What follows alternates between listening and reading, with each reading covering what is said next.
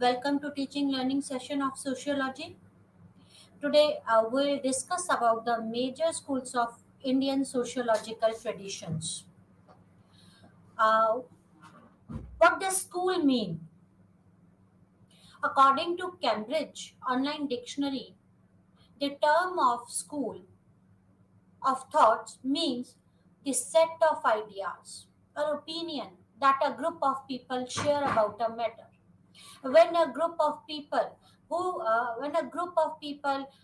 who share the same kind of opinion about a matter, they form a school of thoughts. As I told, as I told you that we'll discuss the Indian schools. There are two schools, Bombay School and the Lucknow schools. But before we discuss about the Indian schools, let me discuss few things like a link between sociology and Indiology, and then we will discuss about the Iravati Karve and then eventually move to the schools. A link between sociology and Indiology. The development of sociology in India owes deeply to the contribution made by the Orientalists such as Sir William Jones, Henry Mann, Alfred Lilly, and Max Muller, and many others. We discussed how sociology started as an academics in India, how sociology developed in India, right? So in India, the development of sociology, the the Johns, Henry Mann, Alfred Lilly, and Max Muller contributed a lot in development of sociology in India. These scholars studied the rich ancient culture and the philosophical tradition of India, and it is for these reasons that they are known as Indologists. Why they are known as Indologists? Indologist means those who study about India or the society, Indian society, they are known as the Indologists. Henry Mann, Alfred Lilly, they are known as Max Muller, they are known as Indologists because they studied about the culture, ancient culture, and the philosophical tradition of India. Right? Indiology is study of India and its culture. Sir William Jones established the Asiatic Society of Bengal in 1787. Here he introduced the study of Sanskrit and Indology. To understand the culture of India or the philosophy of India, it is very important to you should have knowledge about Sanskrit. And Sir William Jones established the Asiatic Society in Bengal in 1817, where he introduced the study of Sanskrit and Indology. One of the main tasks of this society, that is the Asiatic Society, was the publication of journals devoted to anthropological and Indological interests. Scholars like Max Muller learned Sanskrit and helped in the translation of ancient epics and literatures which had been long forgotten by the Indian people. So they have contributed a lot.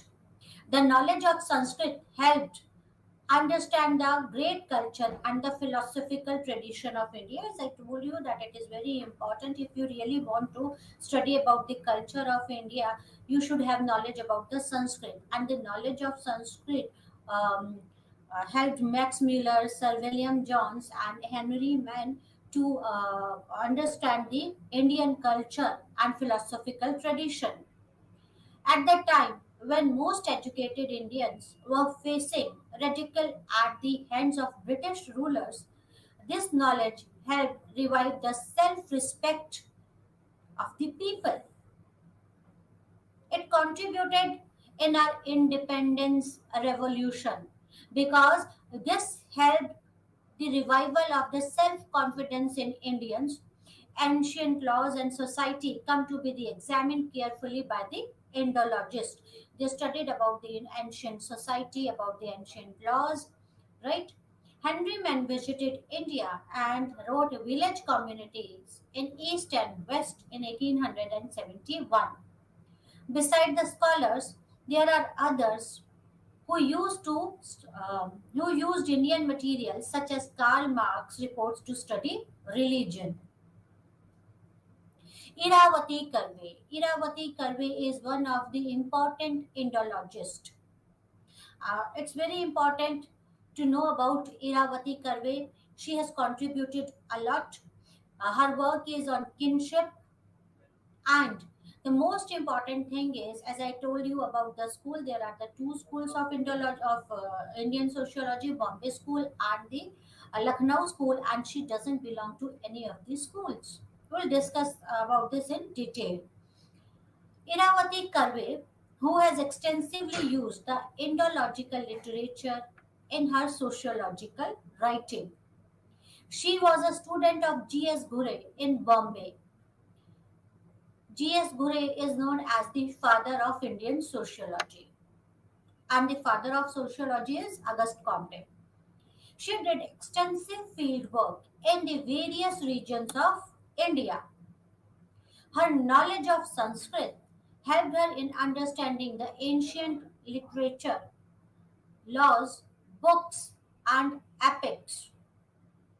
She used this data to understand the kinship organization in India. She extensively worked on the kinship organization in India. Her book, Kinship Organization in India, published in 1952, is one of the best analysis of kinship system found in India. Her major work was Kinship Organization in India, 1953, in which she divided India into four zones and attempted their comparison. Actually, to study about the kinship organization in India, she divided the India into four zones, and then she studied the four zone and compared the kinship system. The work starts with the genealogies of characters in the Hindu epic Mahabharata and incorporates the field notes from different parts of India. She read the Mahabharata intensively. She wrote on Hinduism and gave a new interpretation. In her work, she combined her interest in study of classics called Indology by the Western writers with field study. Field study is very important, right, in sociology, and she interpreted the Hinduism once again. And Iravati Karve combined her interest in the study of classics with the field studies. As I told you, for his kinship work, he divided the India into four zones. And these four zones, he used these four zones to correct the sample to study about the kinship system. She was awarded a special prize for her work, Yugantara, based on Mahabharata. She studied about Mahabharata intensively, and then her work, she won a prize for her work, Yugantara, and this Yugantara is based on Mahabharata. She has been hailed as a first feminist sociologist of India. She was the first female sociologist of India. The ancient Indian literature reveals a lot about the religion and society in India. Several sociologists are still making efforts to understand the Indian society through its literature, arts, etc. Indian literature is very vast, and it helped sociologists a lot to understand about the Indian culture and Indian society.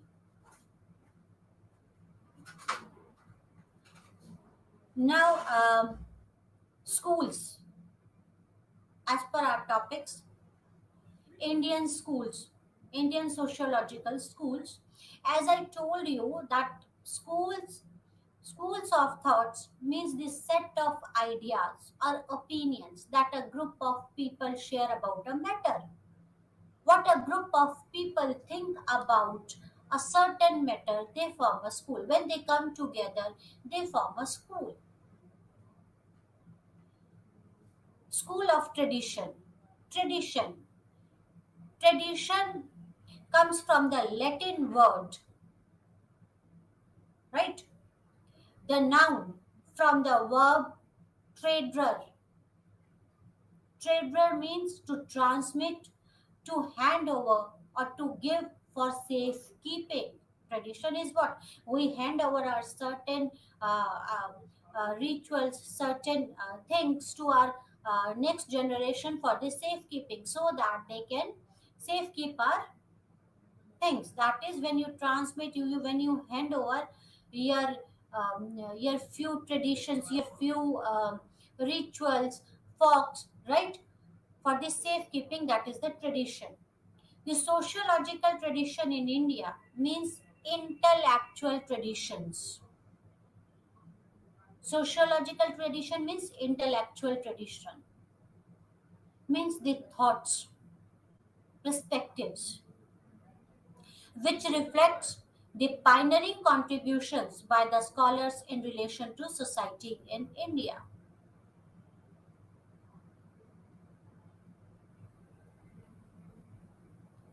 Sociology and social and physical anthropology as a discipline and profession were introduced in India largely by British scholars at the time when India was still Britain's colony. We discussed about this earlier, that the Britishers introduced sociology in India in order to know about the Indian tradition so that they can control India in a better way. So, sociology, social and physical anthropology as a discipline and profession were introduced in India by the Britishers. Sir Patrick Giddens played an important role in this.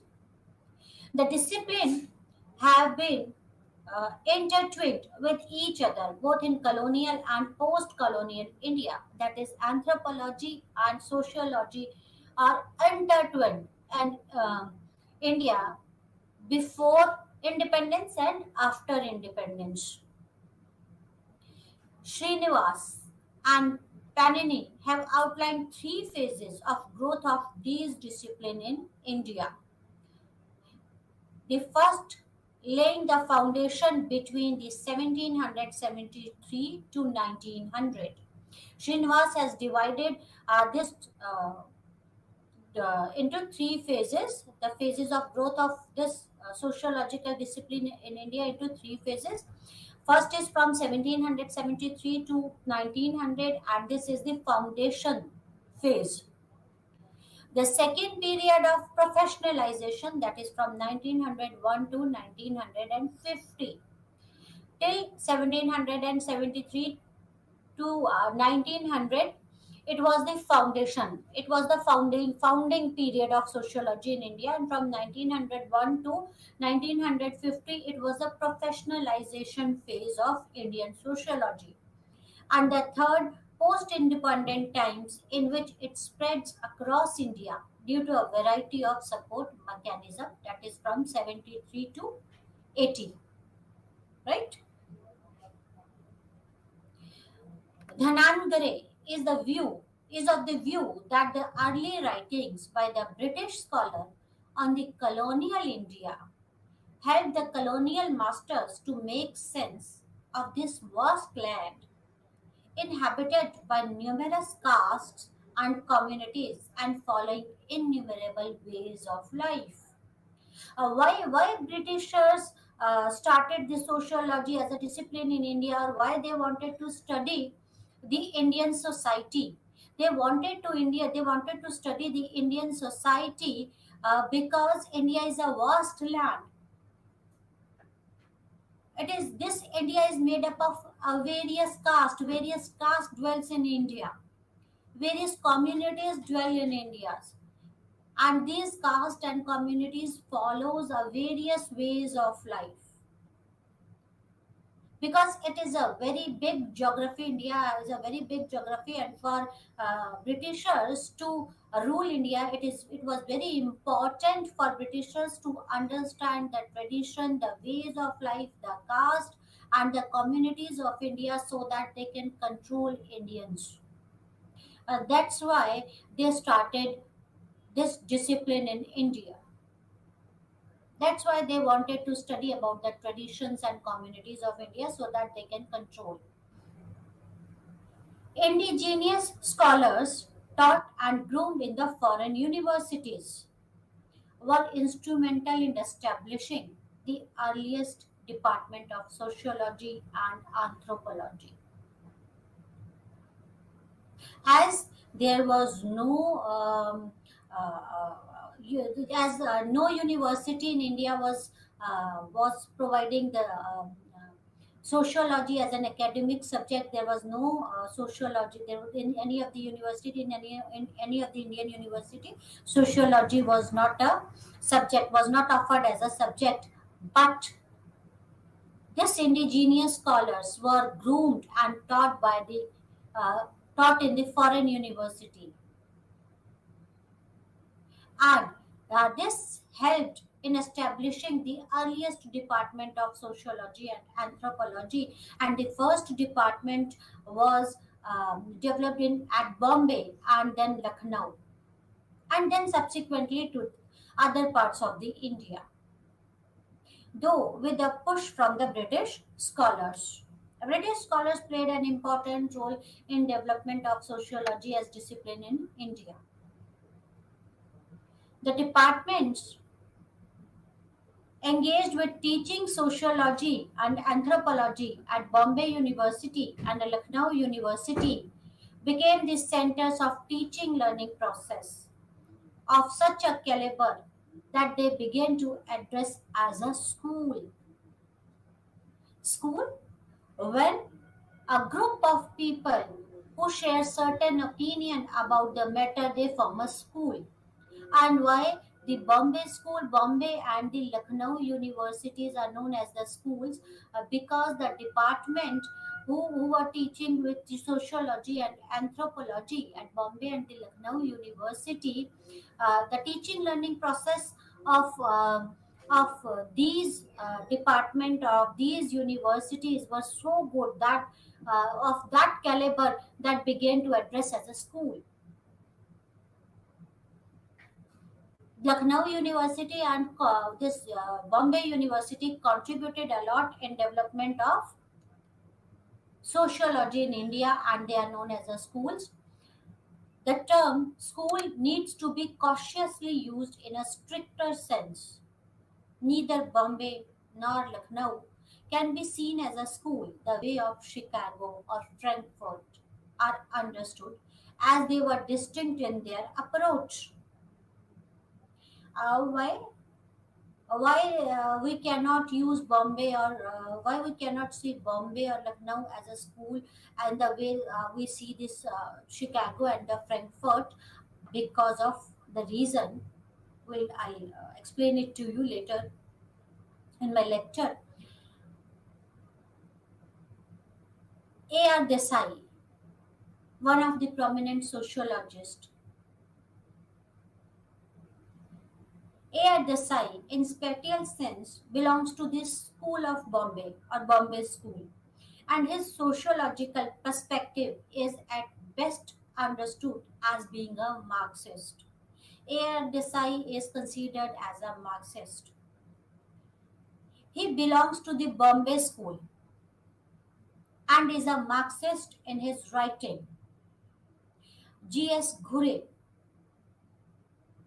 father of Indian sociology, belongs to the Bombay school, and his writings are Indological in nature. And thus we can see that Desai and or Gure, both in terms of their spatial locations and theoretical dispositions. Desai was Marxist while Gure was Indiologist, and both were from the Bombay School. And that's why we cannot consider the School of Bombay and Lucknow similar as a school as we consider School of Chicago and Bombay, right? Iravati Karve pioneered the family and kinship studies in India, yet she did not belong to either to the Bombay or Lucknow school. Radha Kamal Mukherjee and B.P. Mukherjee both were at the Lucknow school and can be considered as contemporaries. School is when a group of people has an opinion about a matter, they form a school. But A.R. Desai is Marxist and Gure was Indologist, but both are from Bombay School. Mukherjee, Radha Kamal Mukherjee and D.P. Mukherjee both were from Lucknow school but considered as contemporaries. That's why it is difficult. It is why we cannot say that Bombay school and the Lucknow are the schools of are Indian schools as we consider the Chicago and Frankfurt as a schools. That's why we don't consider the Lucknow and the Bombay as a schools as we consider the Frankfurt and Chicago as schools.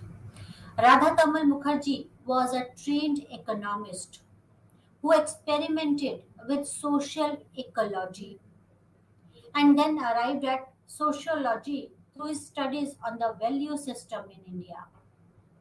He studied about the value system. Radha Kamal Mukherjee studied about the value system in India. D.P. Mukherjee, on the other hand, was an historian who ventured into economics via tenets of Marxism being applicable to understand the Indian society. D.P. Mukherjee was again a Marxist. The term school in Indian context has two limitations. What are those limitations? What are those limitations? First, difference within the scholars located in the particular school. Marxist, Indologist, right? So difference within the scholars located in a particular school. And second, significant contribution by other sociologists and anthropologists who did not belong to any of these schools, like Iravati Karve, right? So these are the two limitations of Indian schools.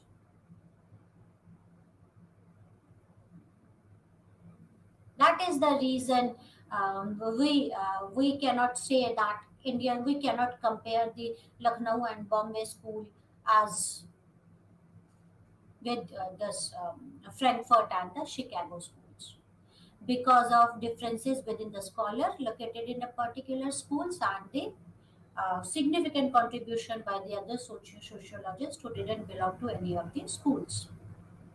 Department of Sociology at Calcutta University deserves a special mention.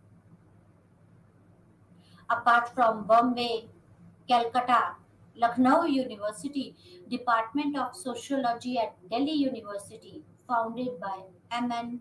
Srinivas in 1959, was equally powerful center of learning.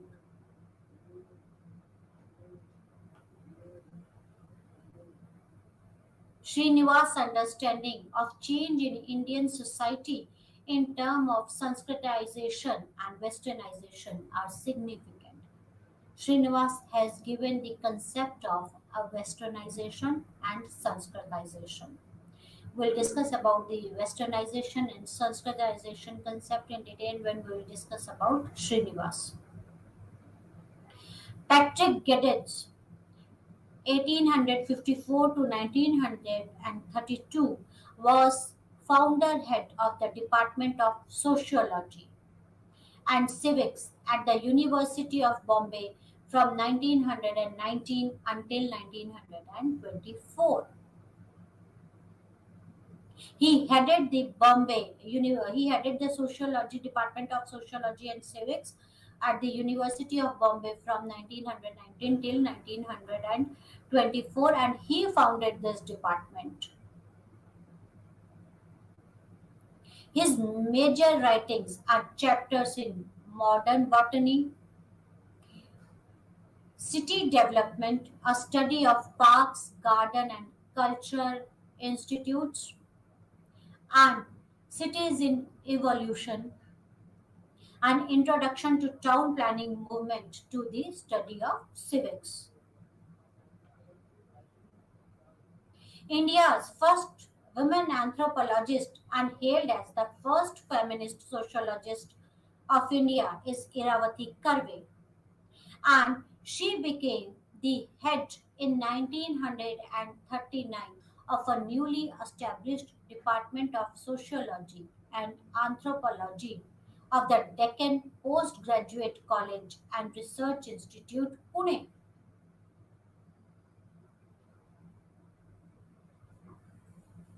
Her first-hand knowledge of Sanskrit literature was instrumental in understanding the Hindu Indian society.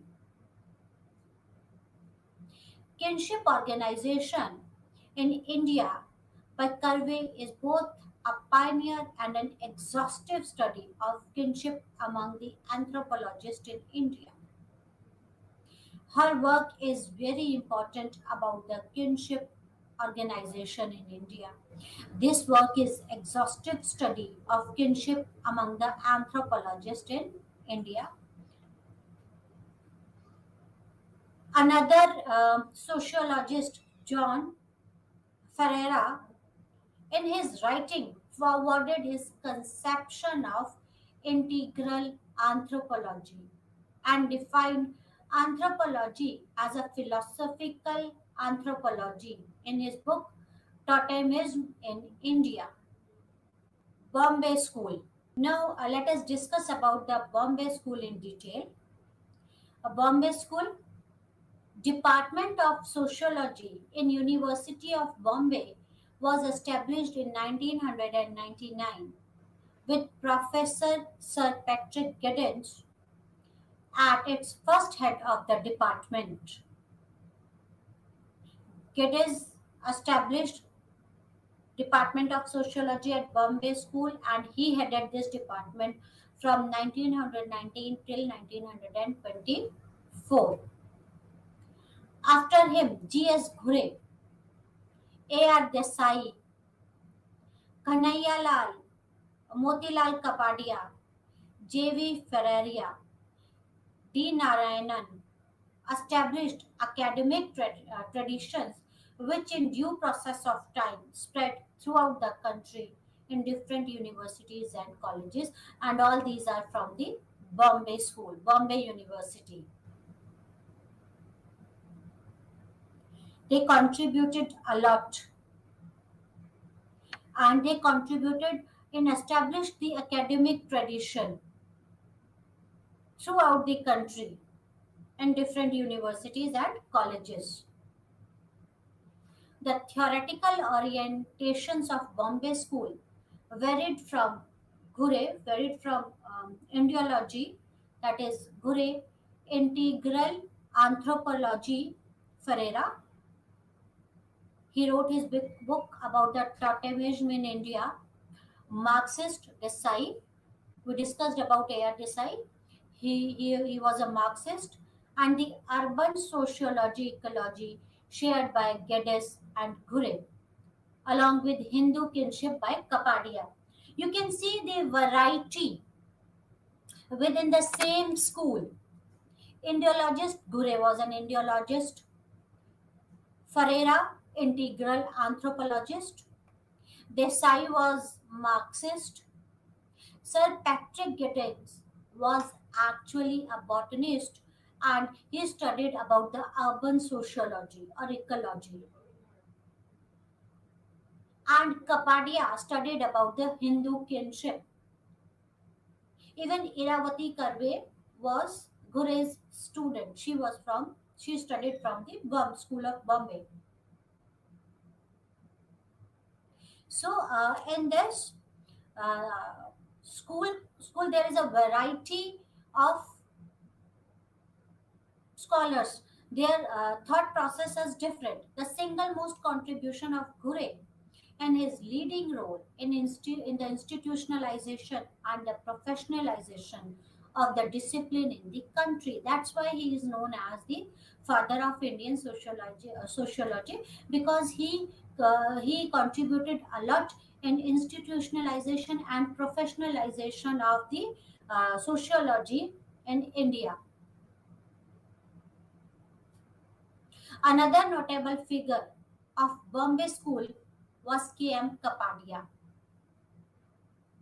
who in Hindu kinship, an important chapter in Hindu social history, which was based on the ideological sources, emphasized on the structural aspect of the family.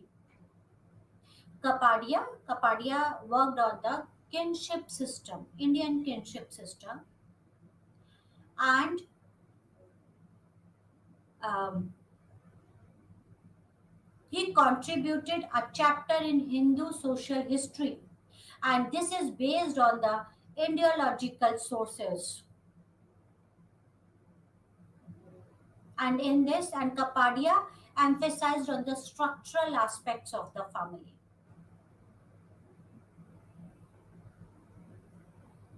Ideology is the scientific study of society through its classical sacred texts. How Indologists study? They study the sacred text, and through these texts they interpreted the society, Indian society, the kinship system of India. So Indology is the scientific study of a society through its classical text, sacred text. Though Indological perspective is tied to contribution of Orientalists like William Jones, Henry Mann, Max Muller, among others, yet it is markedly distinct from Orientalism.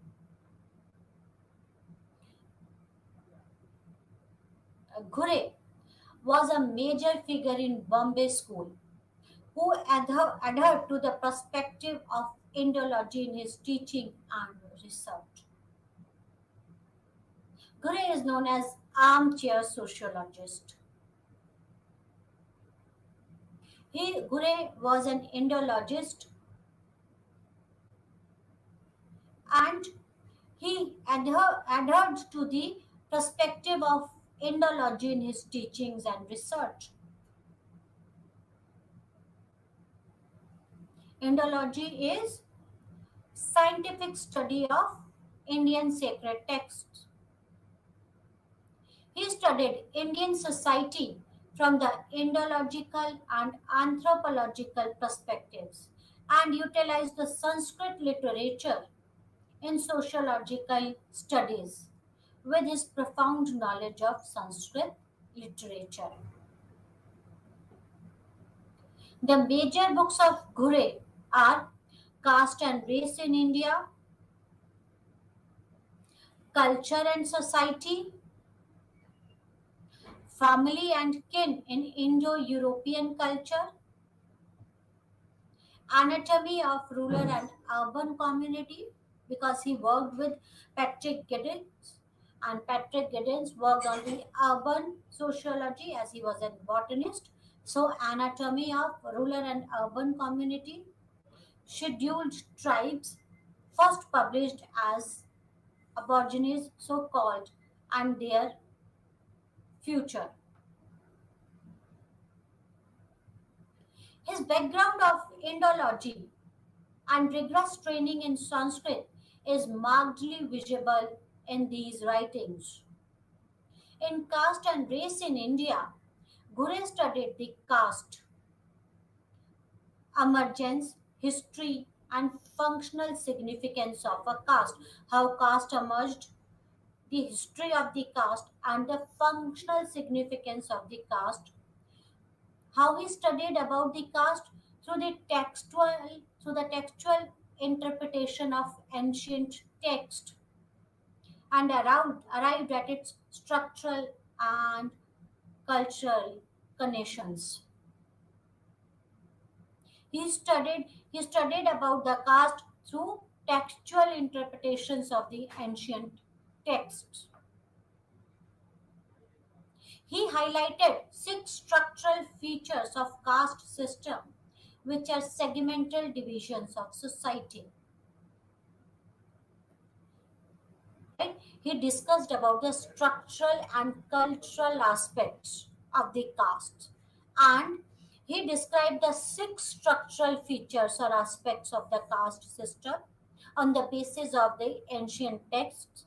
And these structural features are: the first is hierarchy,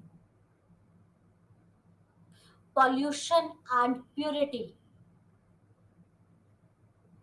We considered some caste as pure and some are polluted. Civil and religious disabilities, privileges of different sections, lack of choices of occupation, and restrictions of marriage. Hierarchy, according to Gure, there is a hierarchy in caste: Brahman, Vaishya, Shudras. Brahman, Kshatriya, Vaishya, and Shudras. And then pollution and purity. Second structural aspect is pollution and purity. We considered certain few castes as pure caste, like Brahman, Kshatriyas. They are considered as the pure castes, while these Harijans are considered as polluted. Civil and religious disabilities. There are certain restrictions on religious and civil and religious performance, like Shudras were not allowed to enter in temples. They cannot perform rituals like a Brahmin and other caste can do. And then privileges in different sections. They were deprived. Certain castes were deprived first from certain privileges. Lack of choices of occupation. One cannot choose the occupation from its own will. One has to carry forward the occupation of the ancestors. Then restrictions on marriage. There were certain restrictions on the marriage. Who can marry whom? Caste restrictions are there, still there. He viewed endogamy as most important feature of caste system. Caste is also linked with kinship through caste endogamy and also Gotra exogamy, or clan or Gotra exogamy. Endogamy is one of the important feature of the caste system.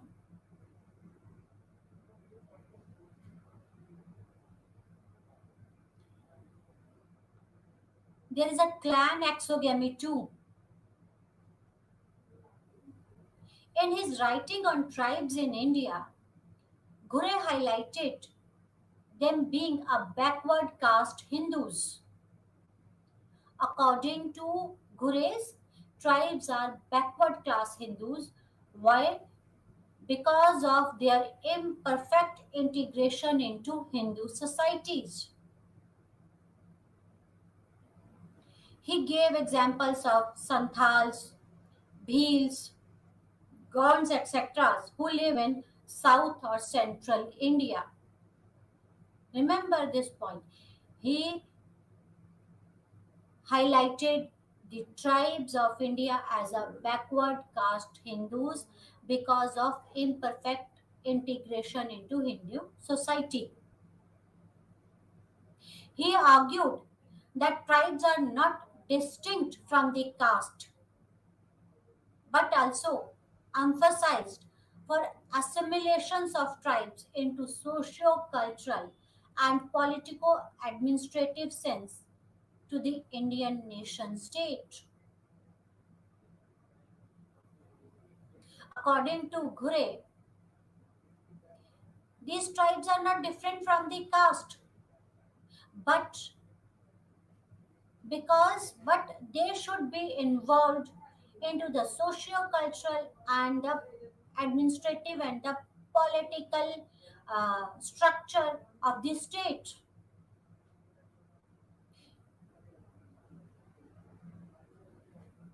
There should be the contribution of tribes in the political, in the administrative and socio-cultural um, tasks.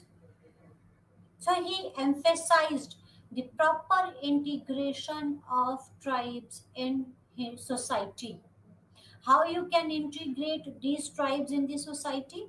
According to Gure, these tribes should be involved in the politics, should be involved in the administrative tasks, should be involved in political and socio-cultural tasks. Although these tribes are not distinct from the castes, the Marxist approach to study society in India is based on the tenets of Marxism. Marxism views society in terms of its material base reflected in mode of production.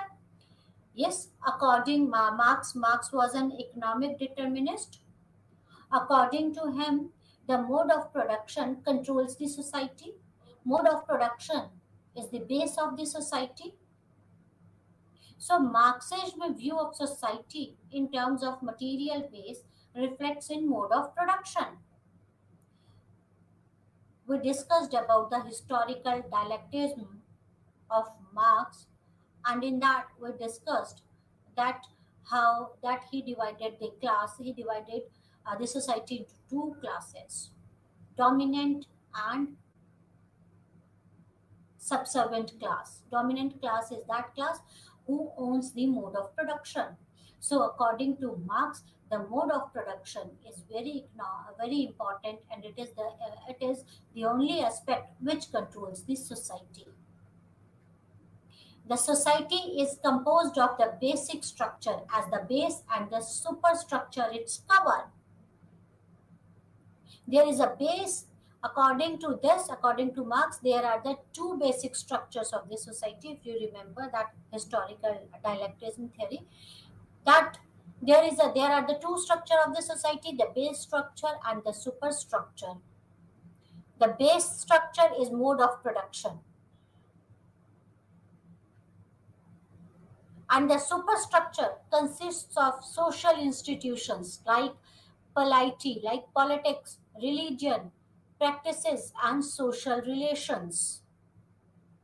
All these are the superstructures.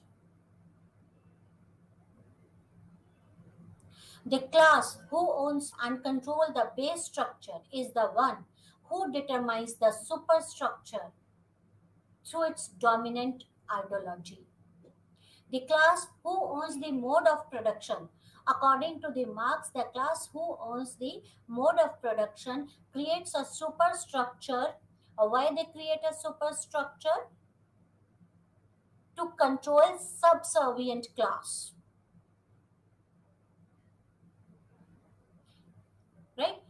The class who holds that the class who owns the control of production controls the superstructure.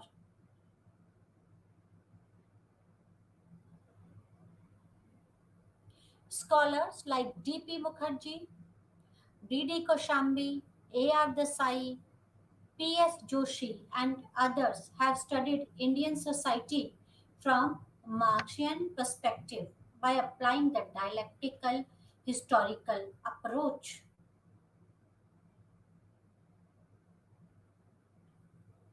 Why they create a superstructure?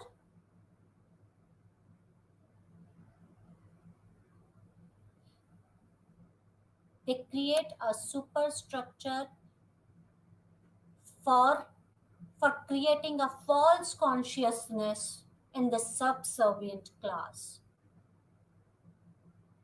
And when they control this false consciousness, when they control the consciousness of this subservient class, it is easier for the dominant class to rule the subservient class.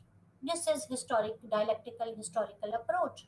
We discussed about this historical dialectical approach in our earlier lectures, and the scholars like D.P. Mukherjee, Kosambi, Desai, Joshi have studied the Indian society in Marxian perspective by applying the dialectical historical approach. A.R. Desai was a key figure in Bombay School who was in line with Marxian tenets in its orientation. He was a Marxist. His main works are Social Background of Indian Nationalism, Recent Features of Indian Nationalism, State and Society in India, Peasant Struggle in India, India's Path of Development, along with Anthology of Rural Sociology in India. Desai was of the opinion that the Indian state has chosen the capitalist path of development by applying Marxist method to study Indian society. For him, a Marxist method of analysis includes delineating the nature of means of production, the techno-economic division of labor, and social relations of productions of the given society.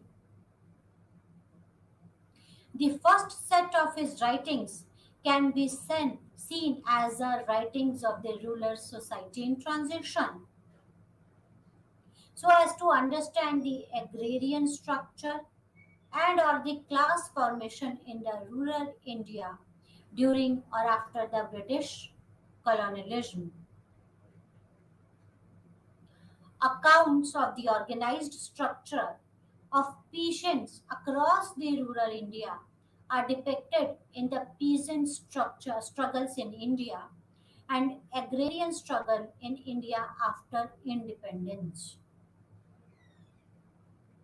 He studied about the peasant struggle across India, and his work about the peasant struggle in India and agrarian struggle in India after independence shows describes about the organized struggle of peasants across the rural India.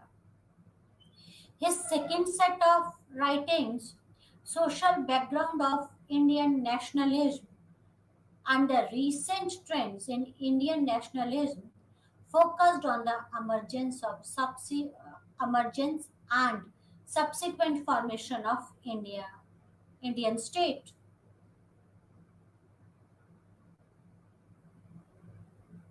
The structure of agrarian economy and cottage industry was transformed to core with the coming of British rule.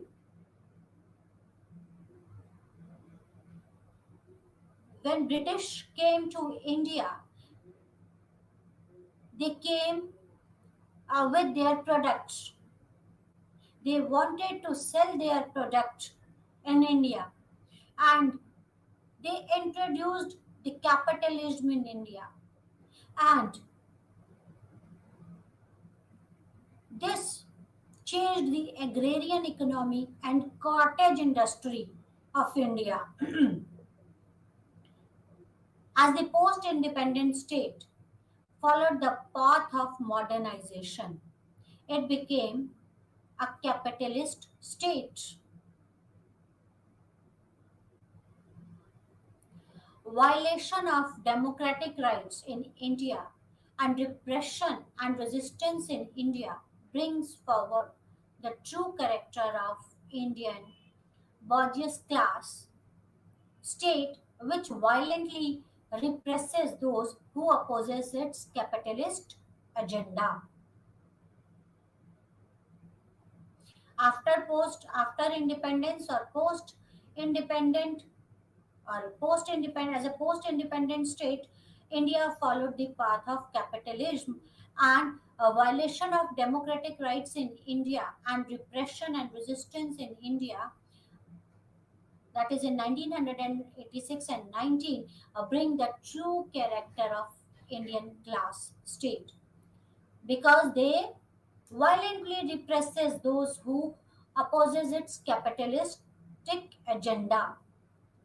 The struggles of the poor and the marginalized against the state are crushed to protect the interest of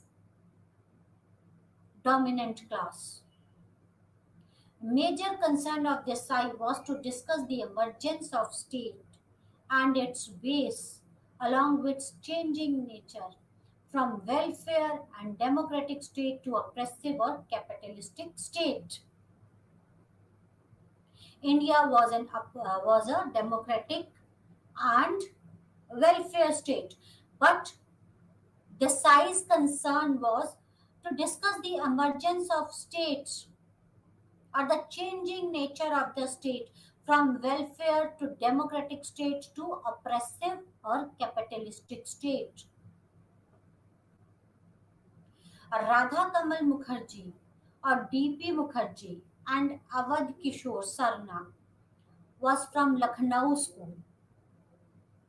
Radha Kamal Mukherjee joined the Lucknow University as the founder head of the Department of Economics and Sociology and continued there till 1952.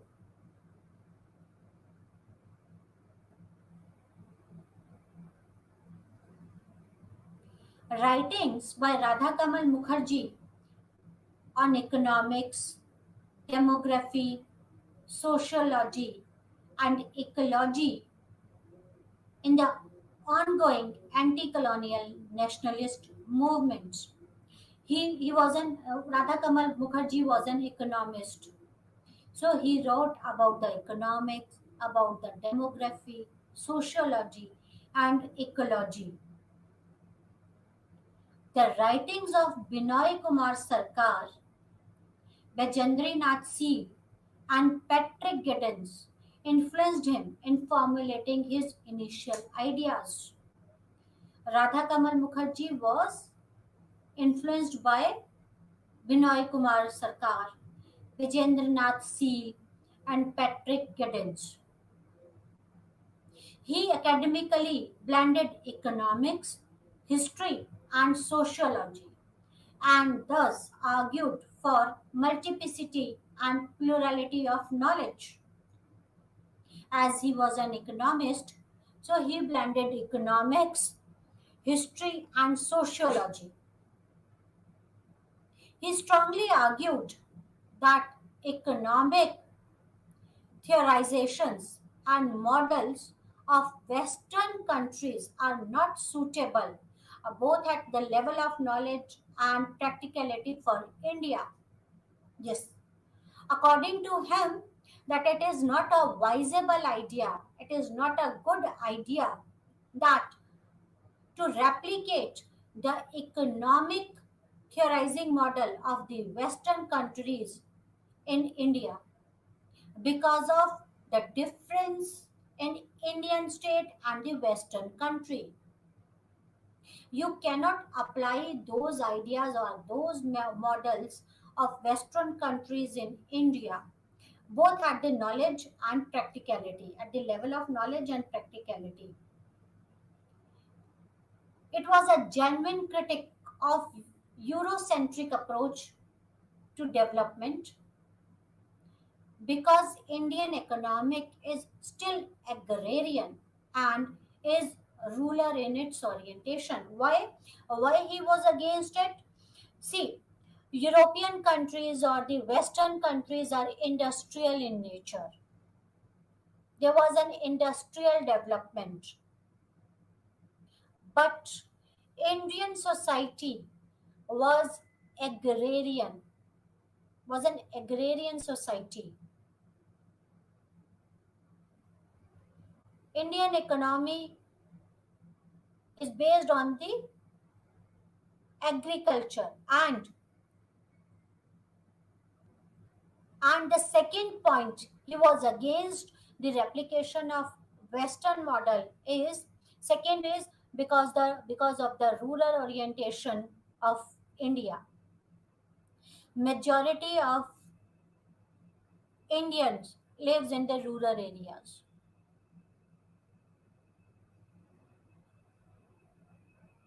So, according to Radha Kamal Mukherjee, it is not a good idea to replicate those models or the Western models into the Indian society because of the difference in the societies, in Western society and the Indian society.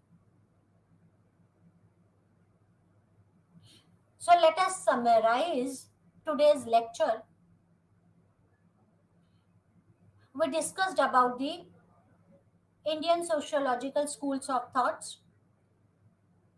There are the two schools of thought, Bombay School and the Lucknow School.